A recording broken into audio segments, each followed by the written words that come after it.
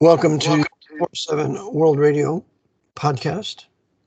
Again, welcome to 24/7 World Radio Podcast on this very lovely day of Monday, March the 24th, 2025.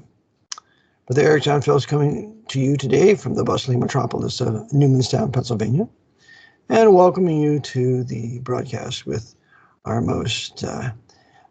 great researcher and digger and finder of facts, Brother George Widger. Brother George, welcome to the broadcast. Okay, I'll cop to one of those. Yes, I am a digger, but finder of facts and researcher, well, those are matters of debate. Well, I'm pretty well convinced. So, anyway, welcome to the broadcast. And what do you have for us today, Brother George? Well, my scripture verse, Brother Eric, and as always, it's a pleasure to be on with you. My scripture verse is one that should be familiar to most of your listeners, is Philippians 4:8. Philippians 4:8. Finally, brethren, whatsoever things are true, whatsoever things are honest, whatsoever things are just, whatsoever things are pure, whatever things are lovely, whatever things are good or of good report, if there be any virtue and there be any praise, think of these. Okay, I'm probably wrestling this verse out of context, which wouldn't be the first time I've done that. Or now, Brother George, before we begin, I just want you to take your time, talk slowly, and we have an hour. So go ahead, okay? Oh, all right. So I'm going to use this verse out of context for my pretext, for my diatribe. Okay, so there's a number of ways you can apply this passage, whatever is lovely. Okay, before I get into my little spiel, I need to go over some glossary terms. I try only use one big word per stream, but I'm going to have to do three.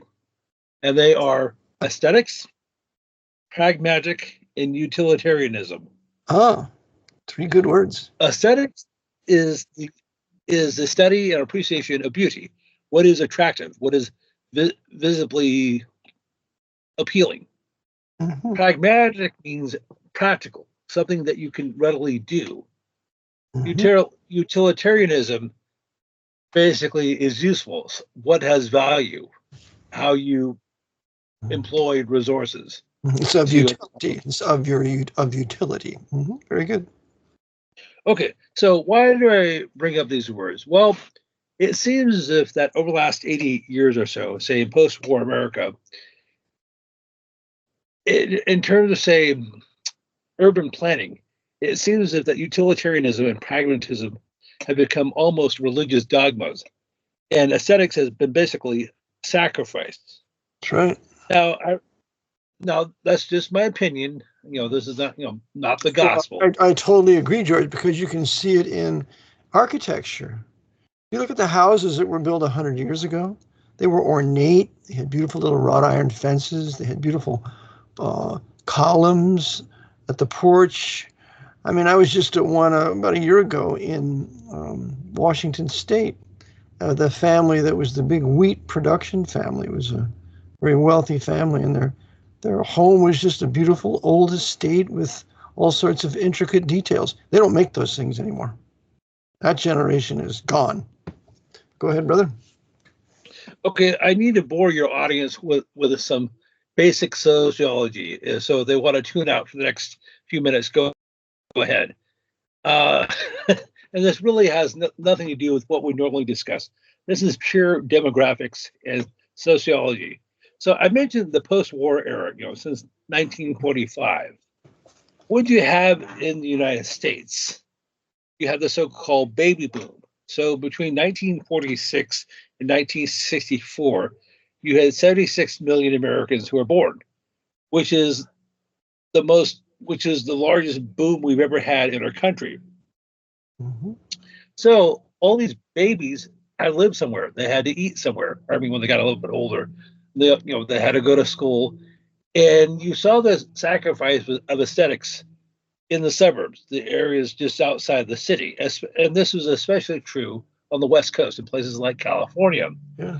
So you had the rise of the mall, the strip mall, fast food restaurants, places like Burger King, McDonald's, as well as the rise of the supermarket.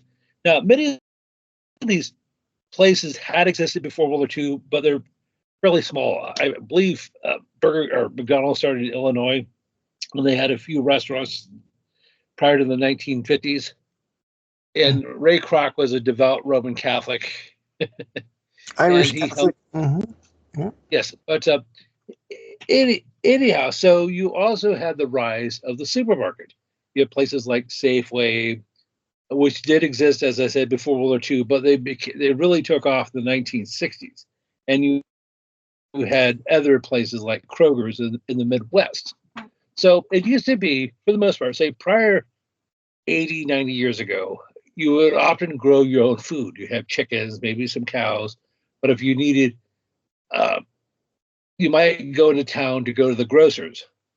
But after the war, there was a big emphasis on one-stop shopping.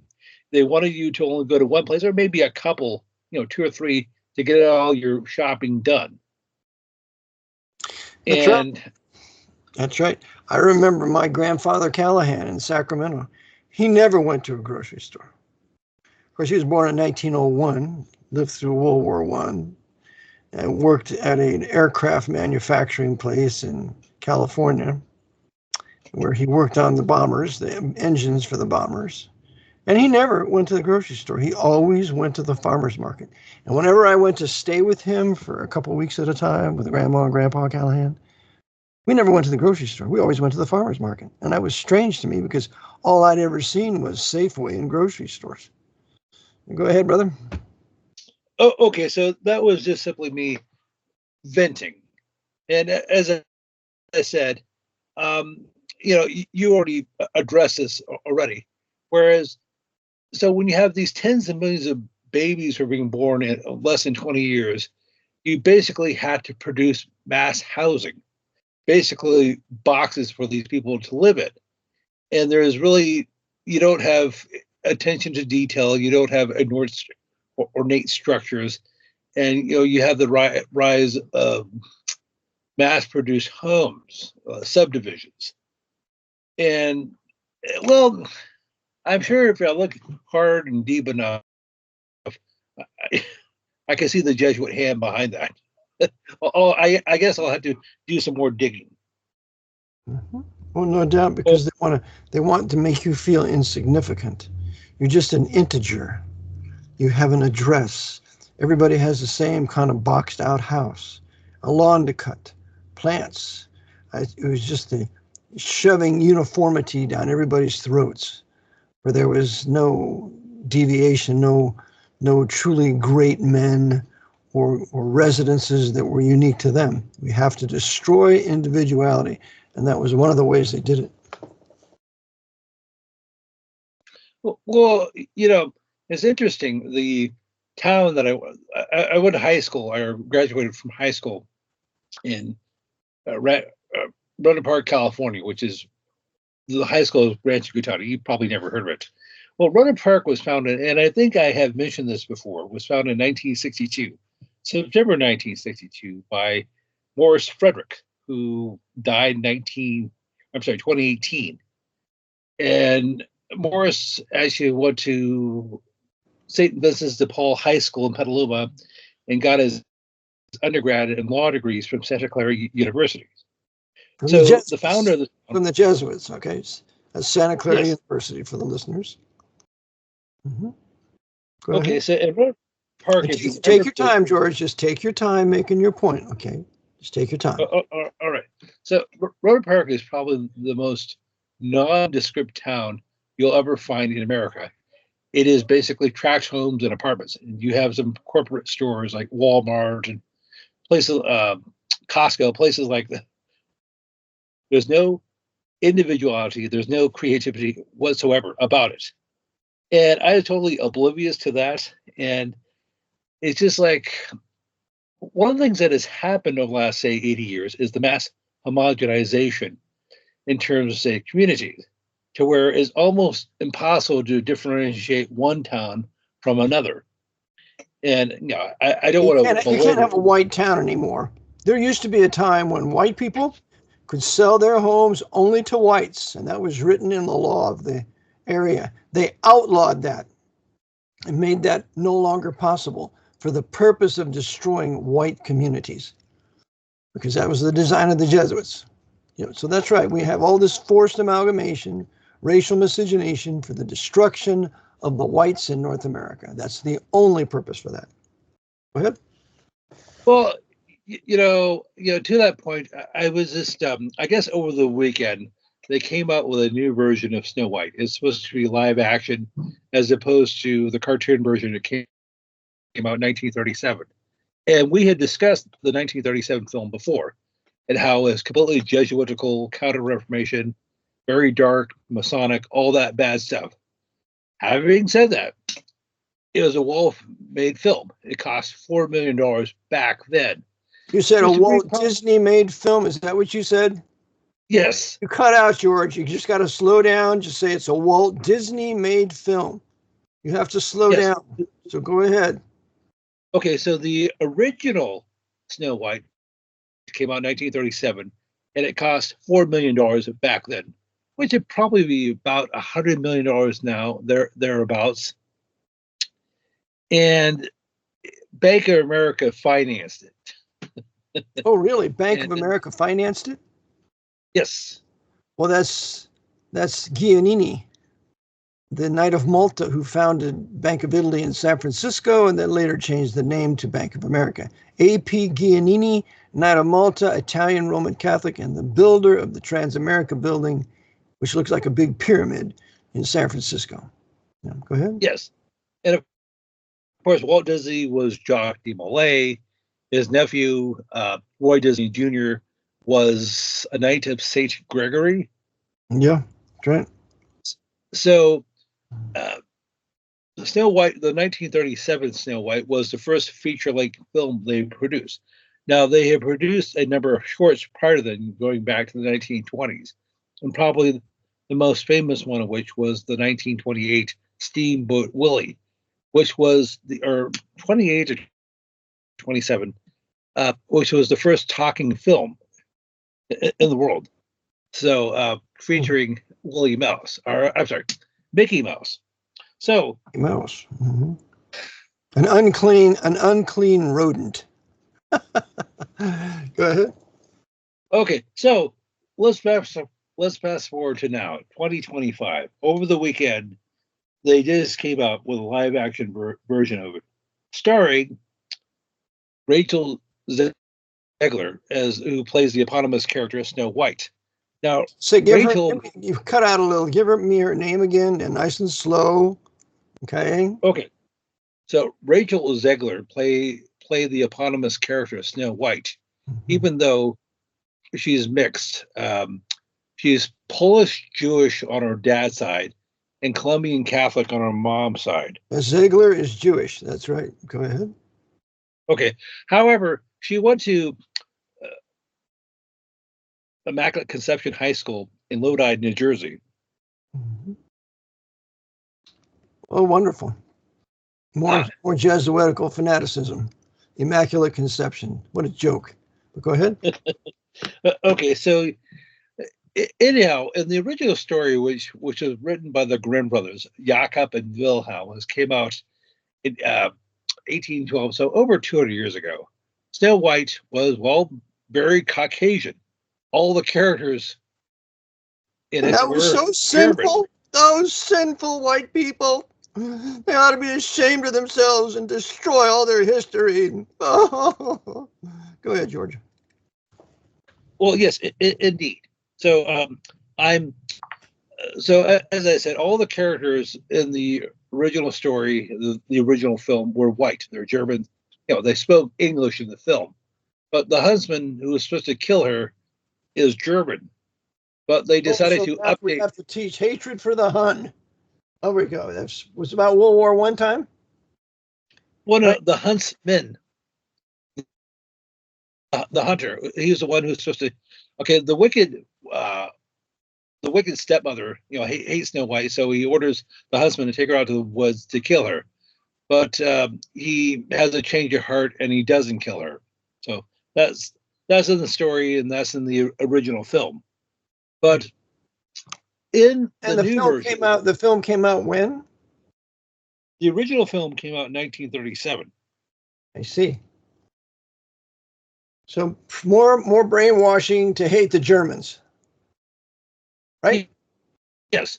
Right. However, in the new version, the husband is black, and as what several of the townspeople are also black.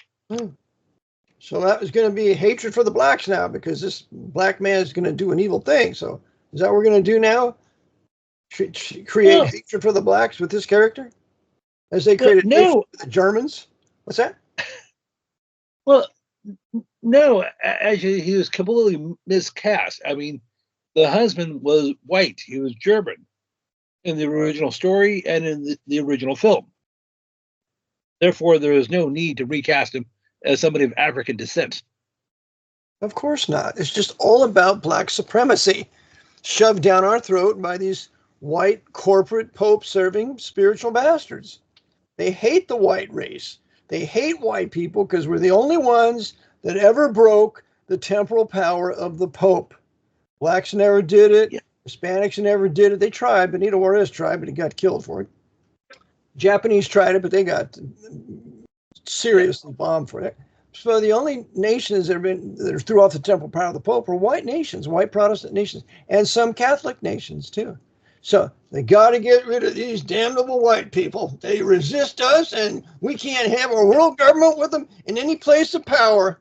And that's exactly what the book says with John Coleman's work in Committee of 300, the systematic destruction of the white race. And this is part of it, George, in the arts. That's why I don't watch it. But go ahead. Well, amen.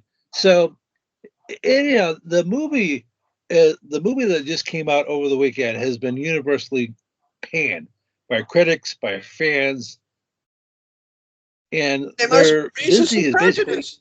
They must be racist and prejudiced, George. That's why they canned it, because there was a black figure in it, and because of all the white racism, we're going to can this movie. It's the only reason. It couldn't be because it's trash, because there's no artistic value in whatsoever. Oh no, that can't be the reason. It's because they're black and we're going to discriminate against them. Go ahead, George. Yes. So you have the leading actress, Rachel Zegler, who, as I said, is Polish Jewish on her dad's side and is Colombian Catholic on her mom's side. Now, I've already mentioned that. The director of it, who is he? I had to pull this up. The director of it is named Mark Webb. He's Jewish. And the screenwriter of the film, Erin Cassandra Wilson, she's Catholic. As a matter of fact, she went to University of San Francisco High School in San Francisco. So she went basically to a Jesuit high school, right? Correct. So she's a Catholic Jesuitess working in conjunction with a Jew to further create black supremacy in the culture, so that when the new right comes to power, they can blame the blacks and they can blame the Jews and these liberal Roman Catholics and round them up and send them to the camps. But go ahead. So are you saying that's the end goal here? Of course it is. Why do you think they brought the new right to power? Did you watch the video at Mar-a-Lago a couple of days ago when you had the Catholics for Catholics and you got over 100 Catholic priests there at Donald Trump's mansion? Hey, man, they're serious about the new Roman Catholic right, just as Betty Claremont wrote and Martin Lee. And it's going to end up by using the concentration camps, the FEMA death camps, and they're going to use the 2 billion hollow point rounds that they've already purchased. They're going to be used. And the question is who they're going to use them against.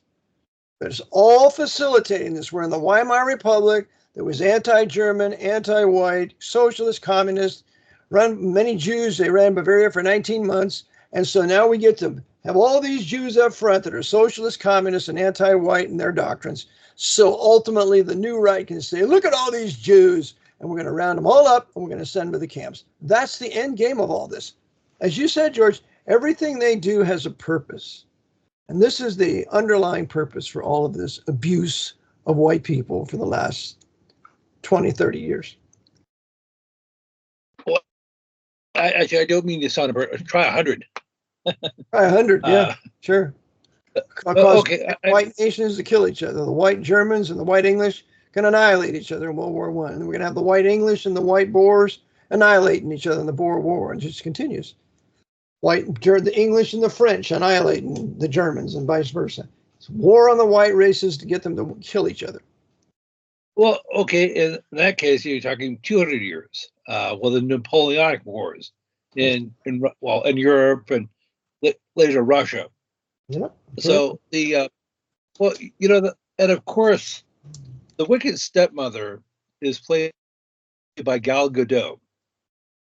She's 39, almost 40 years old, and from almost every account, she's a terrible actress. Although, here's a little factoid: she was the 2004 Miss Israel. Really? Yes. 2004 Miss Israel. Well, put her up there, and that creates more anti-Jewish fury. You can't have a decent Jewish woman. They have to be these radical leftist socialist communists. Yep. And of course, not to belabor the point, but I read several reviews of the film that just came out, this year. And as I said, the original film, 1937, was wicked, all that sort of stuff. But it's at least a good piece of art. Whereas where this movie plays off of all the feminist cultural Marxist tropes. Yeah. I'm sure you remember the famous line when in the cartoon where the stepmother is saying, "Mirror, mirror on the wall, who is the fairest of them all?" Well, fairest meant in this context the most attractive, the most appealing. Right. In the updated version, it means the most equitable. Oh, like fair enough. Okay. Yeah. Okay, so the upshot in the new film is, yes, Snow White was not really white, well, semi-white. She wants to take over the kingdom, but so she can implement her egalitarian reforms. So everybody's equal. Is the kingdom white? She wants to take over the white kingdom? Well, there's not enough black people living in the state of Maine now, so we got to reorganize them and reamalgamate all these white communities now. The wicked centers. But go ahead, George. Well, yeah, and this is something we've discussed before. They have a problem in places like Idaho, specifically Boise. There's just too many white people there. It's like, it's like too much white civilization where you have advancement of culture and the arts and symphonies. Can't have that now. We got to have the bongo drums and got to beat the African beat so we can attract the demons. But go ahead. Okay, and by the way, this is a glaring oversight on my part. I understand Canada has a new emperor. I mean, prime minister. His name is Mark Carney. Mark Carney? Yes. A good Irish Catholic? Yes, and he, like Justin, was trained by the Jesuits. Of course. How can you rule anybody unless you're trained by Jesuits? Come on now, George. Okay, so that reminds me of the old Who song.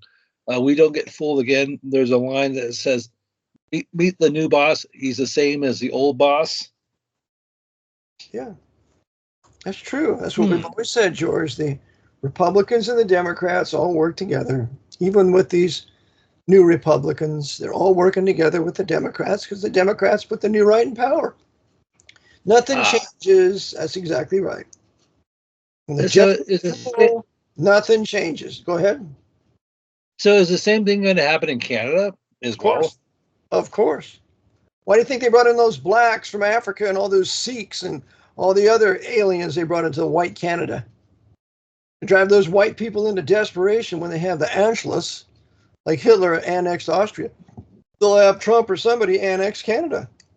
And then the troops will move in and start the roundups. Well, one of the jokes that's been running rampant for the last several months, since at least December, I guess Justin Castor Trudeau was down in Mar-a-Lago having a little get together with Donald Trump. Is that right? And, yeah. Yes, there are other foreign dignitaries there, but he said, Justin, I like you. You'll make a great governor of the 51st state. Who's of Canada being the 51st state? Yeah. Is that what Trump yes. told? Is that what Trump told Trudeau, that he'd make a great governor of the 51st state? Yes. Did Trump say that to him? Really? Yes. This is back in December. After that filthy swine of a prime minister was destroying white people and white Protestant culture for the last, how many years that he's prime minister? 10 years, something like that? Yes. And his mom's first husband, Pierre, was even worse back in the 1970s. Yep. Got to get rid of white Protestant culture. That's got to go, especially in Canada. That's why we took their guns. They don't have guns. Yeah. Mm-hmm. And, they're doing the same thing in Australia, in New Zealand. Yep.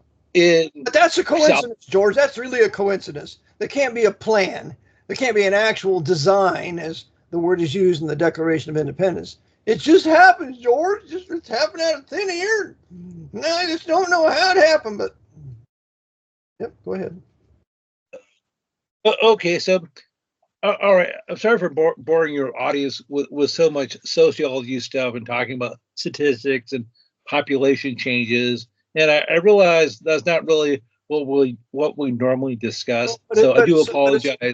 But it's a reflection of the Counter-Reformation and the progress the Jesuits have made in destroying white Protestant nations and cultures. It's a reflection of that. Proven Counter-Reformation. Go ahead.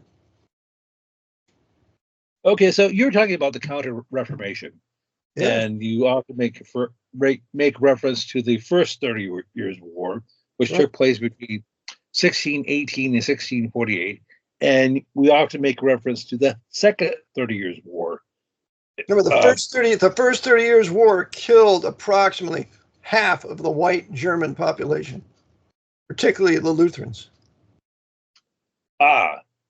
And of course, you often discuss the second 30 Years' War, which took place roughly 1914 to 1945, collectively known as World War I and World War II. And there are other conflicts in there before. Of which even Eisenhower and Churchill and de Gaulle called it the second 30 Years' War. And that was just brought out by Chris Pinto in his excellent DVD, American Jesuits, which I recommend all the listeners to get a copy of it.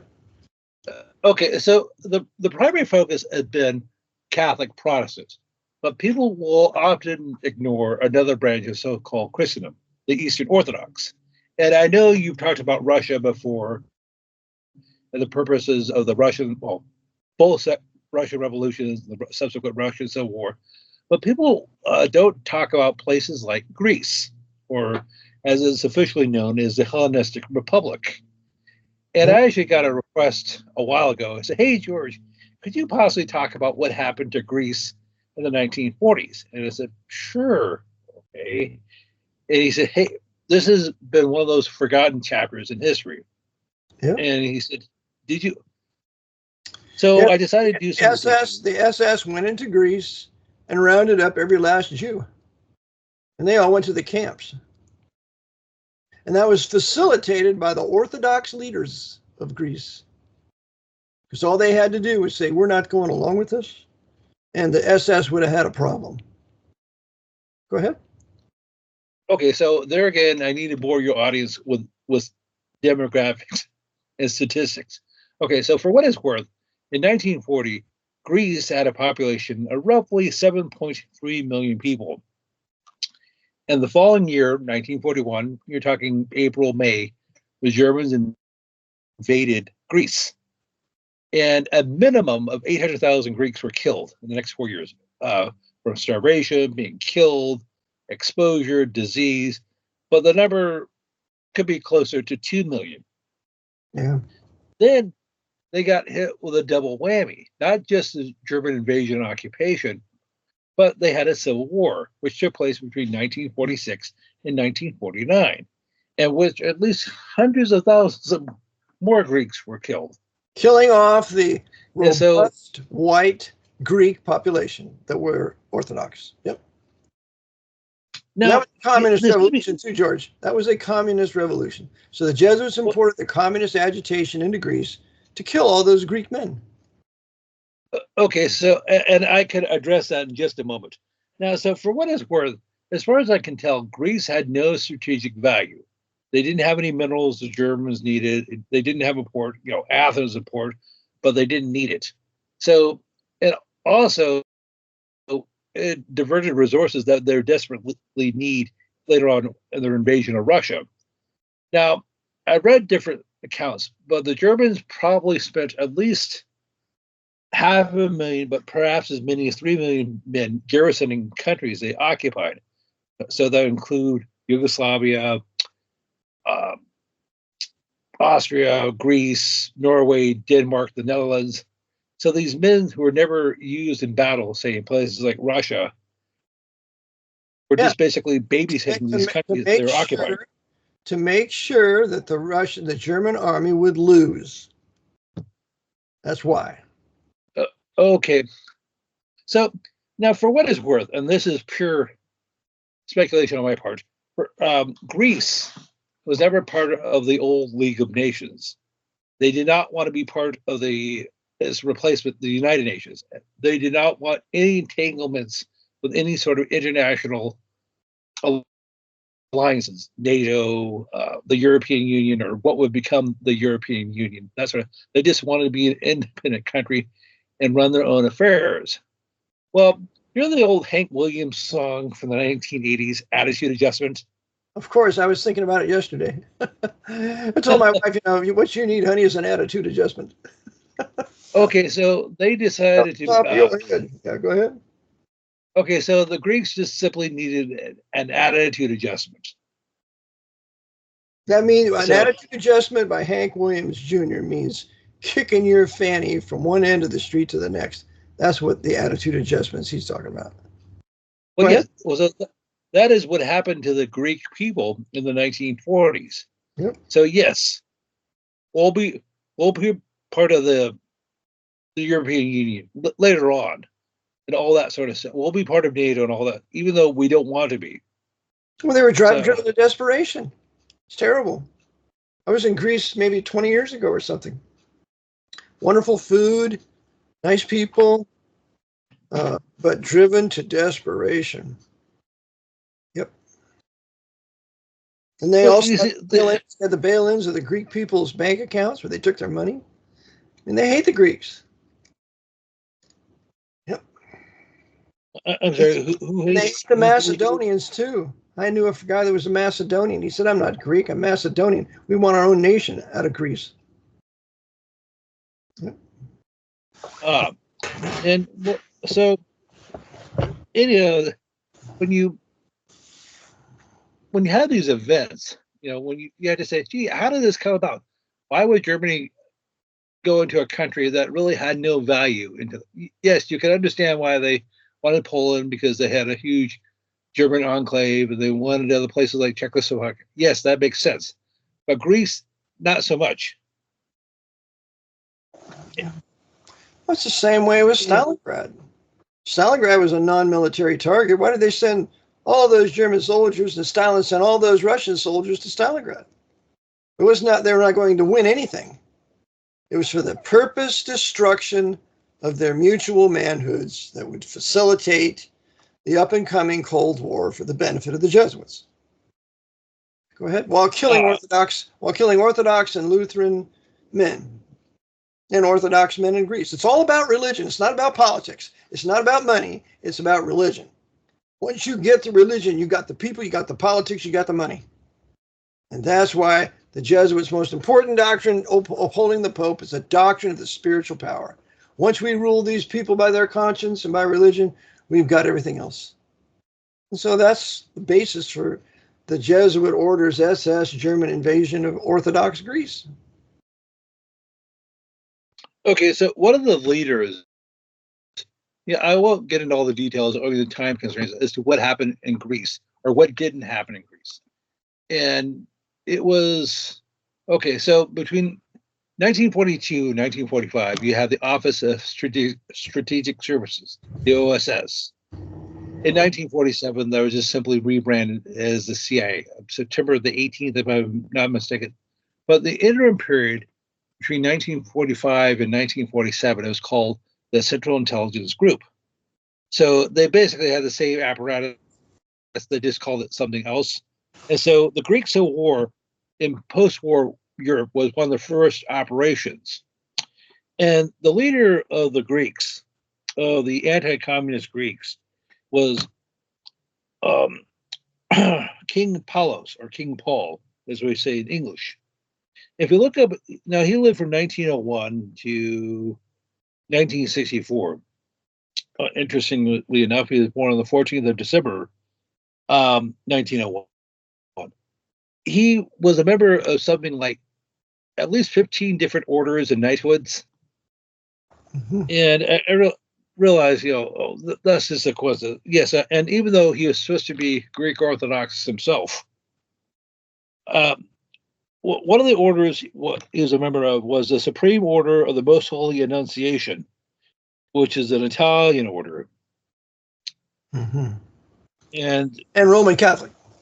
Mm-hmm. Yes. And so he was a member of several different Catholic orders. The Order of Ferdinand and Isabella from Spain, which is Catholic. That's right.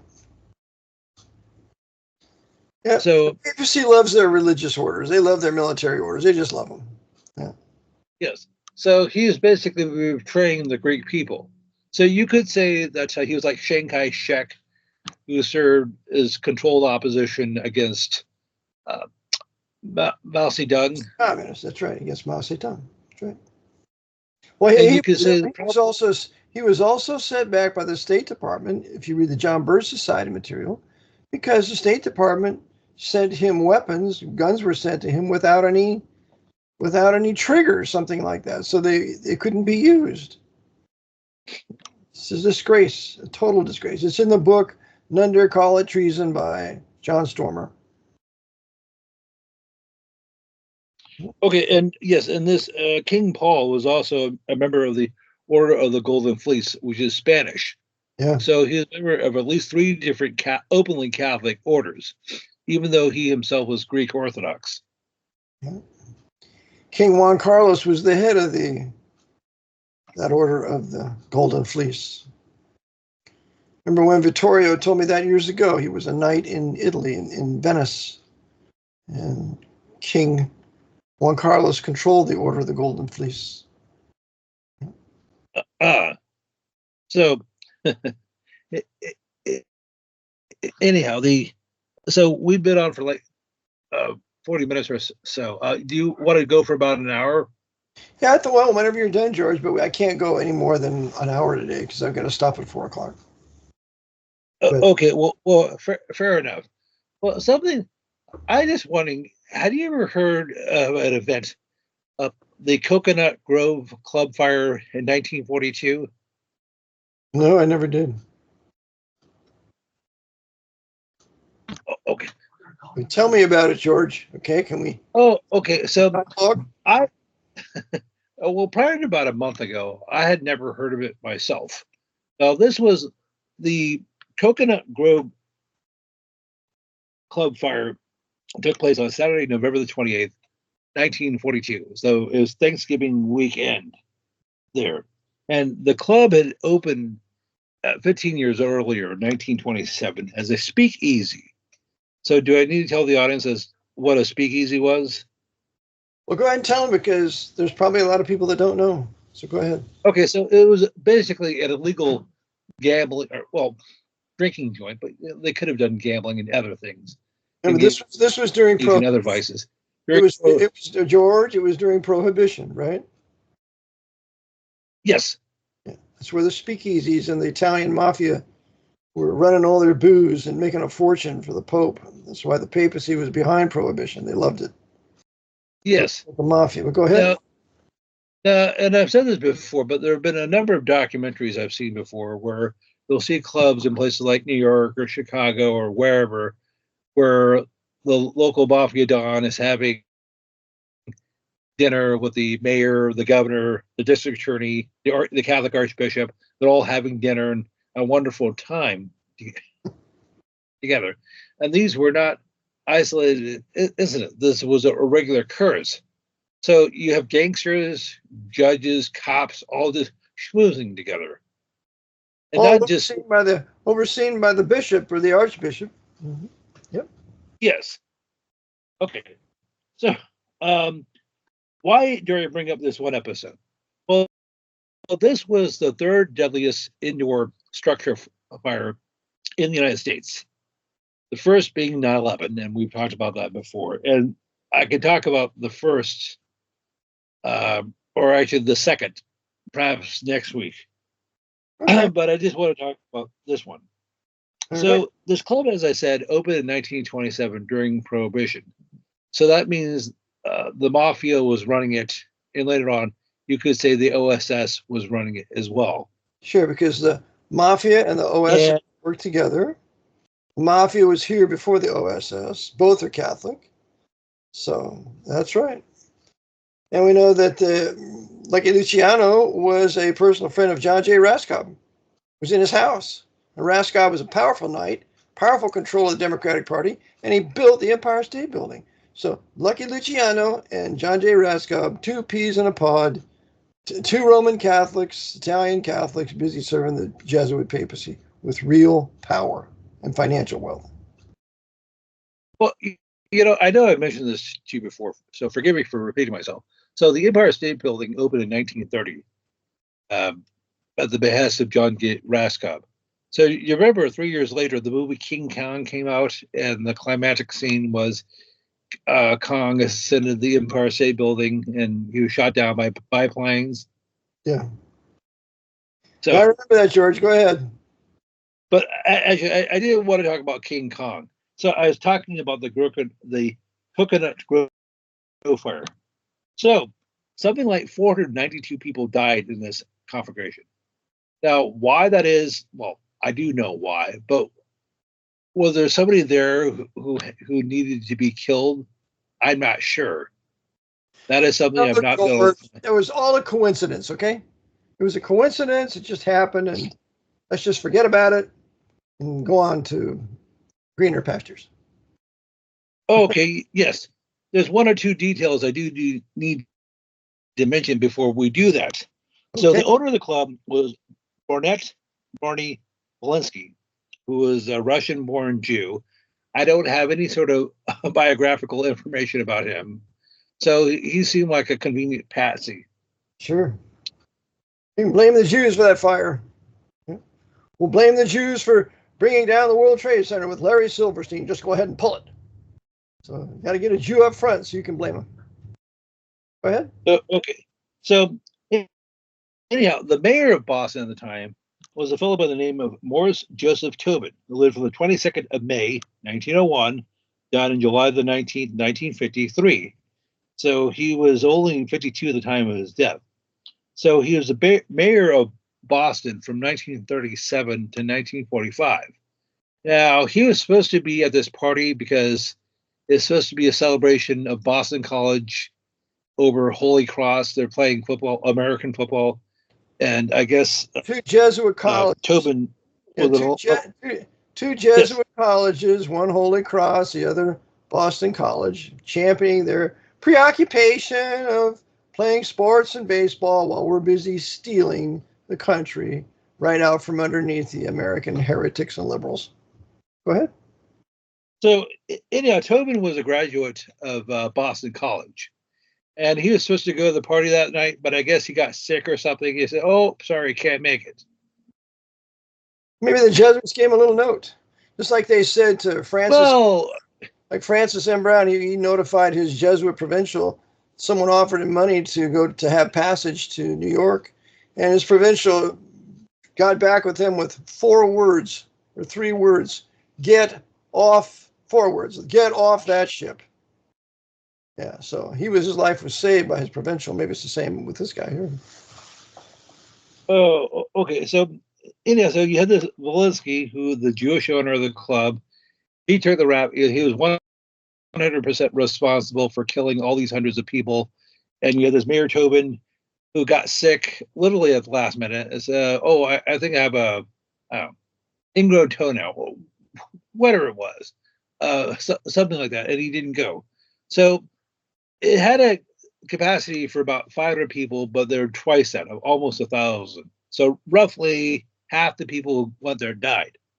And as I said, this is something that's been written out of history, just like what happened to Greece that same decade.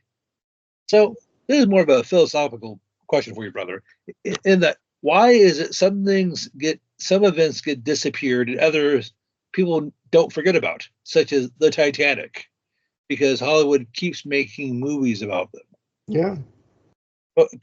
Could you respond to that? Well, I mean, they control the history that's put before the people, and they want the people to remember certain things and forget other things. And this is how you brainwash a culture, and you don't have to conquer them militarily. You conquer how they think, what they're believed to be true.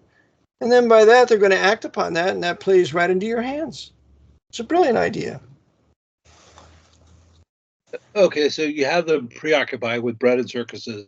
Yes. The NFL, the Super Bowl, the World Series, the NBA championships, Yeah. whatever. Who cares? Or who cares seeing a bunch of black men trying to put a ball through a hoop? Who cares? Who cares? That's important, but what's not important is who's running your country and if it's broke or if it's involved in foreign wars to our detriment. None of those things are important. But the basketball and the football, oh, that's really important, man, because you get to watch the gods play. Go ahead. well, and of course, and it's not just watching the games, on television or going to the events. It's the idol worship. So, oh yes, I know my favorite player's stats. I know how many home runs. I know how many home runs he hit last year. I know how much money he's making. I know how many illegitimate children he sired. Yeah, that's it. And it's just like, see, and of course, Rome had games, George. Rome was addicted to games, and it was an empire composed of provinces, and the Caesar was the king of all the provinces to occupy all the conquered people, and then we're going to engage in big wars, and we'll send our people to the ends of the earth with our Roman legions and occupy them with games, and just like the Pope's Holy Roman 14th Amendment American Empire. Exactly the same. Go ahead, George. oh, okay. So this will probably be my last point. Since we're coming up on 50 minutes, I was just wondering, do you have any idea who Ralph Gleason was? Ralph Gleason, not Jackie. I've heard the name. I think you might have mentioned it to me before, George. Okay, so people, I mean, if you've not heard of him, I'd imagine most of your audience hasn't either.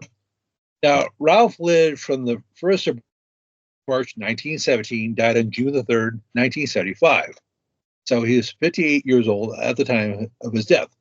Like Jackie, he was Irish Roman Catholic from New York City. He got his undergrad degree in journalism from Columbia. And during World War II, he worked for the information division for the War Department. So he was responsible for putting out press releases. Propaganda. Propaganda. Yes. So after the war, after 1945, he decided to move his family out to the West Coast, specifically to San Francisco, where he got a job as a reporter for the San Francisco Chronicle. Specifically, he became the music critic because I guess he was quite the jazz aficionado. He loved jazz. He had a huge collection. He loved going to concerts, and that may very well have been the case. And well, during the 1950s and 60s, he had to expand his coverage to the nascent rock and roll scene in the U.S. And so he did interviews with the up and coming artists of the Bay Area in the 1960s. Jerry Garcia, the Grateful Dead, Janis Joplin, the various members of Jefferson Airplane. Oh, by the way, do you know what Jefferson Airplane was called originally? No, I don't. So from 1965 to 1967, it was called the Great Society. Ah, The Great Society. Who was the author of that book? The Great Society. I'm not sure, but that's what they also called the War on Poverty. Yeah, that was LBJ, socialist communist. Throw away the people's money on poverty so you can have more poverty-stricken people. Yeah. Yes. Yeah, the Great Society was a big doctrine of, what was his name? He met LBJ right after the Kennedy assassination. Was it Walter Lippmann? But it could have been. It's just another socialist communist manipulation. Yes, indeed. So in 1967, Jefferson Airplane changed its name. I'm sorry, the Great Society changed its name to Jefferson Airplane. One of the founding members of the Jefferson Airplane, besides Grace Slick, was Paul Cantor, who went to St. Ignatius High School in San Francisco and later went to Santa Clara University. He was a good Jesuit. Yep. So I'm sure this Jesuit education had much to do in his art form. Oh, yes, of course. They basically destroyed an entire generation. Yeah. All negative and the minor key and wild and Africanization, wild hippiness. Yeah, it was awful. Awful. Yes. So anyhow, so in 1967, that year they changed their name, the Great Society became Jefferson Airplane. Gleason, along with a Dutch-born Jew named Jan Vayner, founded Rolling Stone magazine in San Francisco. But they met initially. For the first few months, they met or published their magazine in the basement of the journalism department at a University of San Francisco. Out of the Jesuits, University of San Francisco? Yes, they only did that for 3 or 4 months, but then they got their own permanent digs. Great. So you have this Irish Roman Catholic, Ralph Gleason, and you have this Dutch Jew who founded Rolling Stone magazine. Good. For the demoralization of the white people in the country. Because that magazine was full of fornication and full of all sorts of sin. So, yeah. Yes. So as I said, Gleason got his big break working for the War Department in the propaganda section, i.e., the Information Bureau or Division, or whatever they call it. Now, on a more personal note, Gleason was an adjunct professor at Sonoma State, the school where I graduated back in 2005. He taught there from 1965 to 1967. And he was also an adjunct professor at University of California, Berkeley from 1960 to 63. That socialist, communist, wild place, University of Berkeley. My father got his criminology degree there, and he had nothing but terrible things to say about that whole thing over there. Amen. They used to make their as they should watch. They used to, in sex education or their perversion there at the University of Berkeley, they used to make the students watch big black men having sex with white women. And my father got up and walked out of the class. Yeah, that's UC Berkeley, the perverted, wicked, immoral university that it was and is today. Okay, well, so in other words, would it be safe to say that Rolling Stone magazine was a CIA publication? Sure, for the demoralization of the people, because the more you demoralize them, the easier they are to control.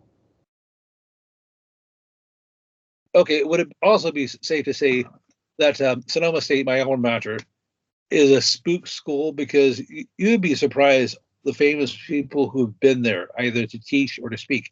They had Angela Davis has been there, Noam Chomsky.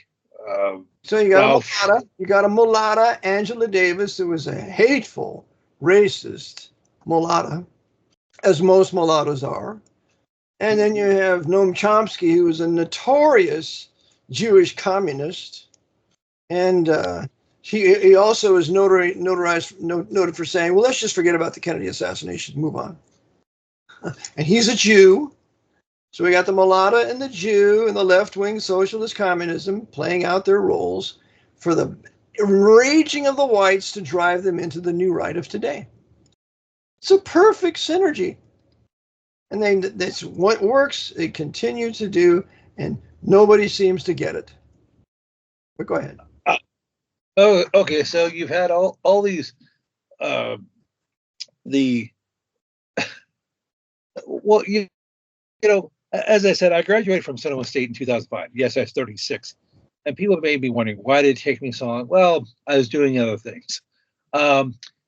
Anyhow, the professor at Sonoma State, the president of Sonoma State at the time was a fellow by the name of Ruben Arbiñata. He was there from 1992 to 2016. He was born in Havana, Cuba in 1947.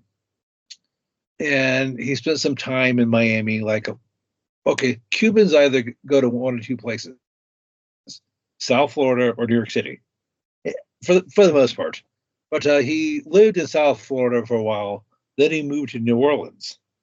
So from 1972 to 1978, he was an instructor at the Loyola Marymount Institute of the Americas. And so he taught in New Orleans? Correct. So he was a part of Loyola University then? Correct. So from 1992 to 2016, he was the president of Sonoma State University. So he just brought his Jesuitism and socialist communism out to Sonoma State, right? Correct. And now, I mentioned this to you before, but this is something most people don't know. And I found this out in the last 20 years. So almost everybody knows the U.S. Air Force Academy is in Colorado Springs because Carl Spaatz, who was one of the architects of the nascent Air Force, was from there. So he was able to advocate getting it put in there in 1954. The Air Force, now I'm saying this largely for the foreign audience. The Air Force did not become its own branch until 1947, September the 12th, just before the CIA got created. And so one of the questions was, well, the Army has, the Navy has Annapolis and the Army has West Point. But where is the Air Force Academy going to be? So there are three choices. One was Wright-Patterson Airfield near Dayton, Ohio. The second was Colorado Springs, which is where Carl Spaatz is from. And by the way, who was it? Curtis LeMay was from Ohio, so he wanted it there. And Henry Hap Arnold was from the unincorporated area near Santa Rosa, and so he wanted it there. Mm-hmm. And so the pilots, if it had been built in Sonoma County, the pilots would have flown out at then Hamilton Field in Nevada, and they would have got their instructions at the current location in Sonoma State. But on January the 15th, 1950, Arnold had a fatal heart attack. So I guess they lost. So he's out of the running.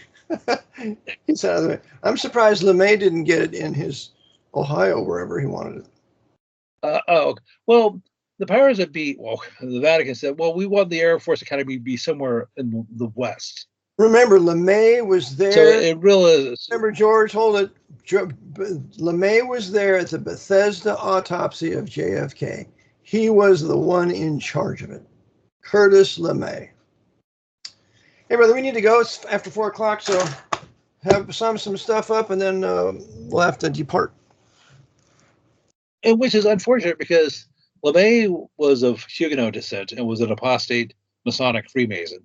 Spaatz was a Masonic Lutheran apostate, and Arnold was a Masonic apostate Baptist.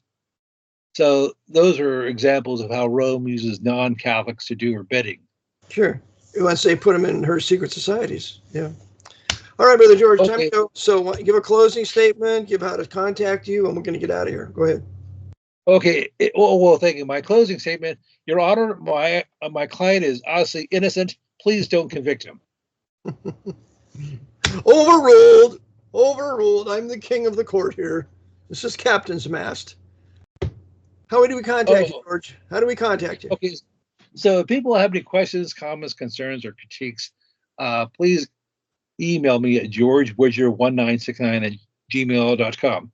That's GeorgWidger1969@gmail.com. If they didn't get that from me, they can get it from you. And just tell me a little bit about yourself. Say, hey, where you're writing from. And I hope to talk to you soon, brother. All right. Very good, George. Brother Eric John Phelps, 24/7 World Radio podcast of this day of March 24th, 2025 with Brother George Widger.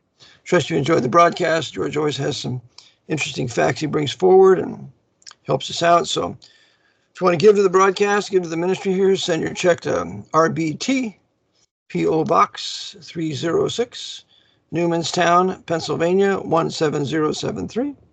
Or you can send it to PayPal at rbpbdonate@comcast.net, or you can send it to my Cash App at hashtag Eric, ERIC, John, JON, Phelps, PHELPS. Appreciate your gifts and your prayers to keep this ministry going. We can get more interesting people on and minister to you with the truth as best as we can tell it. So until the next time we meet, may the Lord bless you to do his will according to his word. The AV 1611 Reformation English Bible. Until then, Maranatha.